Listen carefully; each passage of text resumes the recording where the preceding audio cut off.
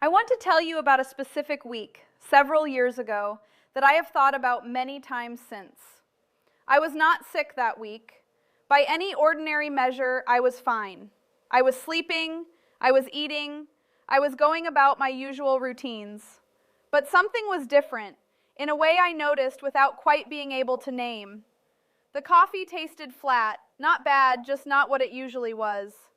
An afternoon I had been looking forward to arrived and was pleasant but not quite present in the way I expected. I found myself wanting to end phone calls sooner than I usually do. I was, in some way I had no language for, slightly elsewhere. 4 days later, I was in bed with a significant respiratory illness that kept me there for nearly a week. And when I eventually recovered and thought back over the days before, I recognized what I had noticed without naming. The week before I got sick was not a normal week. My body had been sending information that I had not known how to read. The flatness of the coffee, the disinclination toward contact, the quality of being partially somewhere else. These were not random fluctuations, they were signals, and I had walked through them without understanding that is what they were.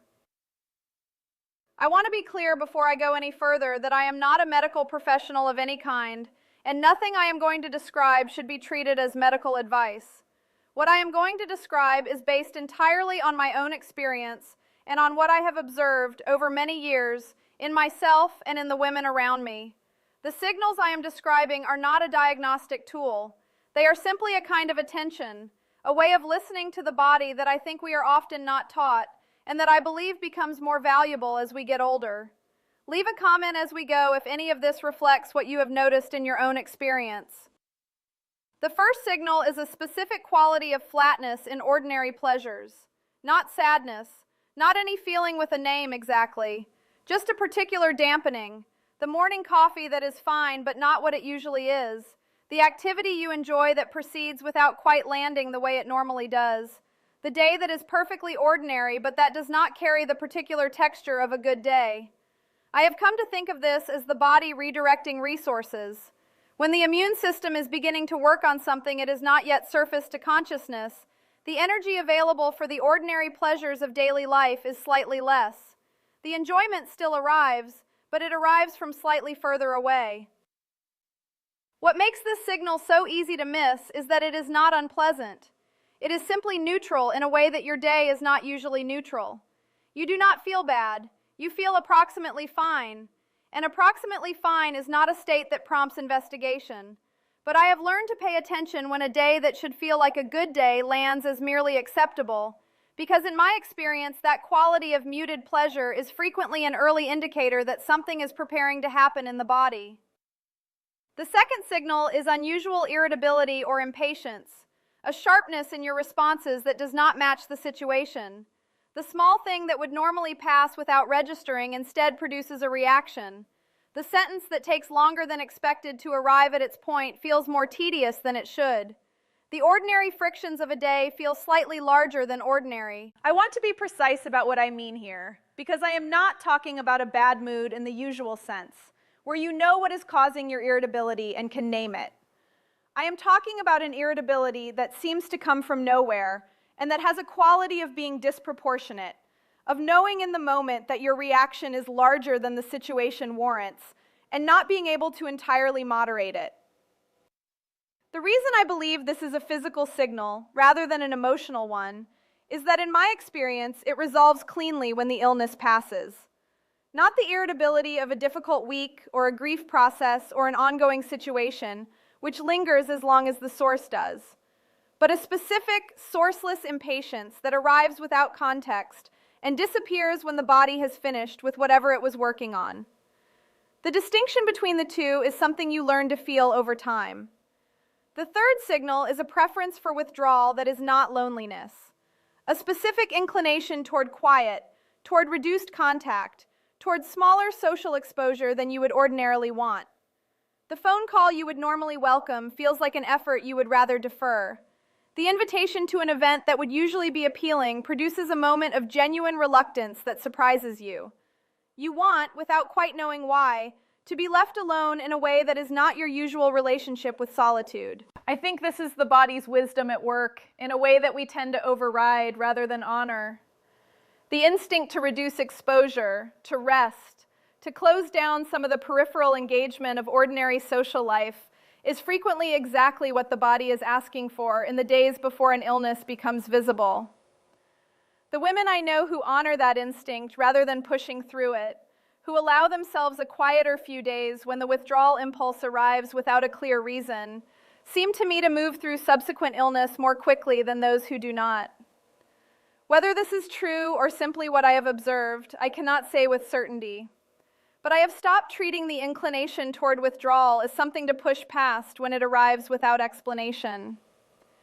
If you enjoy this channel and want to support my work, just look directly below the video player, right next to the subscribe button, and click the button that says Join.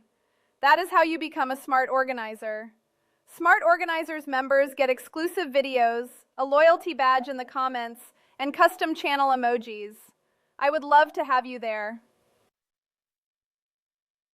The fourth signal is a shift in appetite that is not hunger or its absence. The foods that ordinarily appeal do not, quite. Not aversion, not nausea, just a quality of indifference. The meal you would normally look forward to becomes something you eat out of habit rather than desire. I have noticed specifically that I tend to lose interest in complex or rich foods in the days before I get sick and move towards simpler things without deciding to. Broth, plain things, foods that are easy to eat without much engagement. The body, I have come to think, is already simplifying before the illness arrives and asks it to. I also notice a stronger preference for warmth in these periods, wanting the window closed when I would normally have it open, wanting an extra layer in the evening when the temperature has not changed. Again, this is not dramatic. It is simply a small adjustment in the body's preferences that I have learned to notice as a signal because it appears with enough regularity before illness that I no longer treat it as random. The fifth signal is cognitive, a specific quality of not quite being fully present in your own thinking. Not confusion, not memory difficulty, not anything that would concern a doctor. Just a tendency to begin a thought and not follow it cleanly to its conclusion. A quality of wandering within a task you would normally move through without effort. The book that is fine but that you find yourself rereading the same paragraph. The plan you started forming and then set aside without completing. The day in which you accomplish the practical things adequately, but find that the thinking that usually accompanies and enriches the practical things is operating at slightly lower power. I noticed this in Edna, my neighbor who passed some years ago, before any of her more visible health changes arrived. She had a morning routine she had maintained with great consistency for as long as I had known her, and one of the features of it was a particular quality of engaged observation. She noticed things on her morning walk and mentioned them when we spoke, small details that showed she had been fully present to the experience. Before periods when she was unwell, the quality of that attention changed. She was still walking, she was still mentioning her walks, but the observations became more general, less specific, as if the quality of attention that produced them was operating with less of its usual precision. I noticed it before she mentioned feeling unwell. The signal was there before the illness was. The sixth signal is a change in sleep that is not insomnia. Not difficulty falling asleep or staying asleep, but a change in the quality or the character of sleep. Unusually deep in a way that does not leave you rested, or lighter than usual in a way you notice when you wake. More dreams than usual, or a quality of not feeling quite finished with sleep, even after an adequate number of hours. The body is doing something different at night in these periods, something that costs more than ordinary sleep costs, and the quality of waking reflects it. I want to say something about this signal that I think is worth naming directly. We are often taught to think of the need for more sleep as a sign of aging, as something to expect and accept rather than to pay attention to. I think this is partly right and partly not. The ongoing, gradual changes in sleep that come with age are real and worth accepting. but a specific, acute change in sleep quality that arrives suddenly and without a clear explanation is different from that, and I have found it to be a reliable indicator that something is in process rather than simply a feature of getting older. Leave a comment below if you recognize any of these first 6 signals, or if there is something you have noticed in your own experience that belongs on this list. I am curious whether what I have described matches what you have observed, and the specific experiences people bring to this conversation are always more interesting to me than the general. The 7th signal is the one I find most interesting and most difficult to describe precisely. A vague foreknowledge, an awareness that something is coming. Not a thought exactly, and not a feeling with a clear emotional content. More like a quality of being slightly on notice, of something in the body that is already preparing for what has not yet arrived. Many women I have spoken with about this topic describe a very similar experience in retrospect, that the day or two before they got genuinely sick had a particular quality, a kind of atmospheric difference that they recognized only when they looked back. I believe this signal is real and not simply a retrospective narrative we construct to make experience feel organized. The reason I believe this is that I have learned, after enough repetitions of the pattern, to notice it prospectively, to recognize the particular quality of a morning that has that feeling, and to respond to it by reducing my commitments for the next few days, sleeping more, and asking less of myself before the illness is confirmed.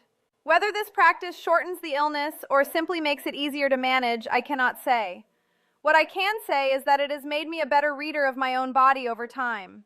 The 8th signal is the loudest of the body's requests in these periods, a specific preference for stillness. The ordinary activities that require physical energy feel heavier than they should, not painful, not impossible, but weighted in a way that healthy activity is not weighted.